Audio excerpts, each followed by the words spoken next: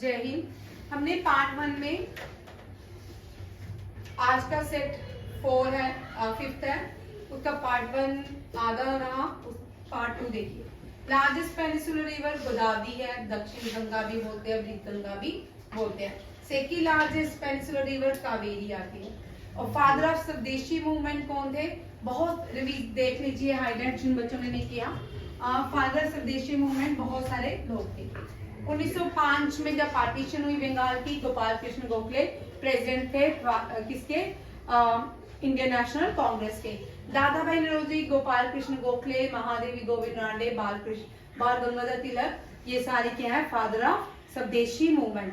Father of स्वदेशी movement जब launch हुई तब पहली बार भारत में पार्टीशन हुई हिंदू और मुस्लिम्स की, ठीक है। इसमें ईस्ट बंगाल, वेस्ट बंगाल को अलग किया गया और यहाँ पे वाइसरॉय कौन थे? Lord Curzon. फिर 1911 में बंगाल रीजनाइट हुआ, कांग्रेस 1907 में। अब 1907 में एक क्या हुआ? स्वदेशी मूवमेंट की इनिशिएटिव लिया गया। इसी के साथ जो कांग्रेस सेपरेट भी हुआ था 1907 में, सूरत सेपरेट कहते हैं, और कांग्रेस भी रीयूनाइट हुआ 1911 में। इंडियन नेशनल कांग्रेस और इंडियन नेशनल कांग्रेस भी रीयूनाइट हुआ और दिल्ली कैपिटल भी बनी 1911 में। और तीसरा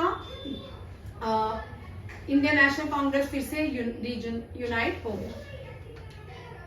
देखिए नेक्स्ट हमारा यहाँ पे क्वेश्चन छूटा था, 3 क्वेश्चन डिस्कस कर चुके हैं पहले। रामकृष्ण मिशन। रामकृष्ण मिशन के फाउंडर जो है स्वामी विवेकानंद। कौन है? स्वामी विवेकानंद। स्वामी विवेकानंद कौन थे? स्वामी जी विवेकानंद। स्वामी विवेकानंद फाउंडर थे रामकृष्ण मिशन के। रामकृष्ण मिशन क्या है? रामकृष्ण परमहंस गुरु थे किसके? स्वामी विवेकानंद के। गुरु कौन थे? रामकृष्ण। ये बड़ी बात क्वेश्चन आता है, ये बंगाल से थे, रामकृष्ण परमहंस। ये पहले ये व्यक्ति जिन्होंने एक स्लोगन दिया, गॉड इज वन। क्या स्लोगन दिया था? God is one. इन्होंने चारों धर्मों का अध्ययन किया, गीता, कुरान, बाइबल और गुरु ग्रंथ साहिब, चारों को पढ़ के इनको जो एनलाइटमेंट हुआ, फिर उन्होंने एक स्लोगन दिया, God is one, Ramakrishna Paramahansa ने। फिर रामकृष्ण परमहंस की वाइफ का भी कभी नाम आता है शारदा। क्या है? शारदा देवी, ये भी आता है। और इन्हीं को सम्मानित करने के लिए स्वामी विवेकानंद ने एक मिशन लॉन्च किया, संस्था बनाई जिसका नाम है रामकृष्ण मिशन। और स्वामी विवेकानंद फर्स्ट भारतीय थे जिन्होंने शिकागो में रिप्रेजेंट किया भारत को, शिकागो यूएसए में रिप्रेजेंट किया इंडिया को इन स्पिरिचुअल कॉन्फ्रेंस, ठीक है। पहली स्पिरिचुअल कॉन्फ्रेंस थी और रिप्रेजेंट किसने किया? स्वामी विवेकानंद ने। स्वामी विवेकानंद की ये बाद में इंडियन होगी, एक सिस्टर भी बनी थी, उसका नाम था सिस्टर निवेदिता। ये भी कभी आता है क्वेश्चन, सिस्टर निवेदिता। और स्वामी विवेकानंद का रियल नेम नरेंद्र दत्त था, ठीक है। स्वामी टाइटल स्वामी विवेकानंद को, ये स्वामी टाइटल जो है राजस्थान के राजा थे अजीत सिंह खत्री। अजीत सिंह खत्री ने दिया इनको टाइटल, किसका? स्वामी विवेकानंद को, स्वामी का टाइटल अजीत सिंह। और ये सारे क्वेश्चन आते हैं। इनका न्यूज़पेपर जो पब्लिश होता था वो कौन सा था? उद्बोधनी। कौन सा था?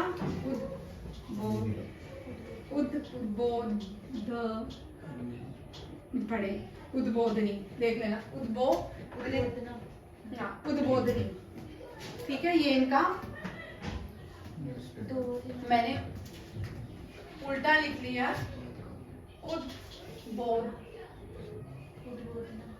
उद्बोधना या उद्बोधनी बोलते हैं, ठीक है। अब ठीक है, मैंने भी और ठीक को इकट्ठे लिखे, उद्बोधनी, ठीक है। और ये स्वामी विवेकानंद रामकृष्ण मिशन, ठीक है। आगे न्यू इंडिया। न्यू इंडिया जिसने लिखी थी, ये फाउंडर थी किसकी? कोई मुझे बताए, फाउंडर किसकी थी? इंडियन नेशनल कांग्रेस की, ठीक है। इंडियन नेशनल एओयू रिटायर हो गए अब यहाँ से भी, ठीक है। होम रूल लीग, ठीक है। मद्रास में होम रूल लीग की फाउंडेशन किसने की? एनी बेसेंट ने। और महाराष्ट्र में बाल गंगाधर तिलक ने। बाद में दोनों एक साथ हो गए, होम रूल लीग। ये आयरिश वुमेन है, और वहां पे ये जो मूवमेंट हुई थी वहीं पे हुई थी, ठीक है। उसी से इंस्पायर्ड होके home rule movement league start की गई, भारत में भी की।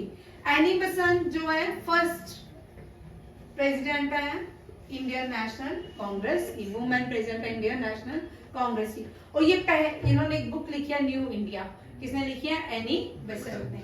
उसके बाद नेपोलियन ऑफ इंडिया जो है समुद्रगुप्ता, ये भी बड़े सही है। समुद्रगुप्ता बहुत सदियों पहले पैदा हुए, नेपोलियन बहुत देर बाद आई, ठीक है। नेपोलियन बहुत देर बाद आए, समुद्रगुप्ता बहुत साल पहले थे, और उनको हमने एक नाम दे दिया नेपोलियन ऑफ इंडिया। समुद्रगुप्ता देखिए सेकंड गुप्ता एम्पायर के महान राजा थे, ठीक है। चंद्रगुप्ता वन के बेटे थे और फाउंडर चंद्रगुप्ता वन जो थे ग्रैंडसन थे श्रीगुप्ता के। श्रीगुप्ता कौन थे? फाउंडर थे किसके? गुप्ता एम्पायर के, ठीक है। चंद्रगुप्त मौर्य वाला नहीं, मौर्यन एम्पायर नहीं, ये दूसरा है गुप्ता, ठीक है। चंद्रगुप्त ने शादी की थी लक्ष्मी प्रिंसेस। ये लक्ष्मी प्रिंसेस का बड़ी बार एग्जाम में क्वेश्चन आता है। चंद्रगुप्त वन जो थे उन्होंने किससे शादी की थी? लक्ष्मी प्रिंसेस, या समुद्रगुप्ता की मदर का नाम क्या है? ठीक है, कुमारा देवी। क्या था? कुमारा देवी। और अभी रिसेंटली बिहार को बोला जाता है, ये बिहार जो है उसी Lakshmi is the name of ancient clan that was the headquarter Vaishali. Vaishali बहुत इंपॉर्टेंट सेंटर रहा एंशिएंट भारत में। अब समुद्रगुप्ता ने एक इनको टाइटल दिया गया था किंग ऑफ पोइट, कवि राजा। इन्होंने खुद को ही ये टाइटल दिया था कवि राजा, क्योंकि ये पोइट्री भी जानते थे, वीणा भी बजाते थे, आर्टिस्ट भी थे, ये बहुत बड़े आर्टिस्ट भी माने जाते थे। Veena player, oldest instrument of India is veena. ये कभी कभी क्वेश्चन आता है, ओल्डेस्ट इंस्ट्रूमेंट कौन सा है? वीणा, ठीक है। और समुद्रगुप्ता कोर्ट पोइट कौन थे? हरिसेन। हरिसेन इनकी जो बायोग्राफी लिखी थी वो इलाहाबाद पिलर के ऊपर 33 लाइन्स लिखी थी, जो प्रयाग पृष्ठि में लिखी गई है। किसमें लिखी गई है? प्रयाग पृष्ठि में लिखी गई है, और ये इलाहाबाद पिलर के ऊपर लिखी गई है। 33 लाइन्स कंपोज किसने की थी? हरिसेन इलाहाबाद पिलर। ये क्वेश्चंस भी इनमें से एक क्वेश्चन आता है और ये आप कर। नेक्स्ट देखिए, मार्टिन लूथर ऑफ इंडिया, कल भी हमने इनका पढ़ा, मैंने आज भी बता देती हूँ। स्वामी दयानंद सरस्वती। स्वामी दयानंद सरस्वती जो थे ये फाउंडर है आर्य समाज के। किसके समाज? आर्य समाज के। मूल शंकर इनका ओरिजिनल नेम है, गुजरात से आते हैं।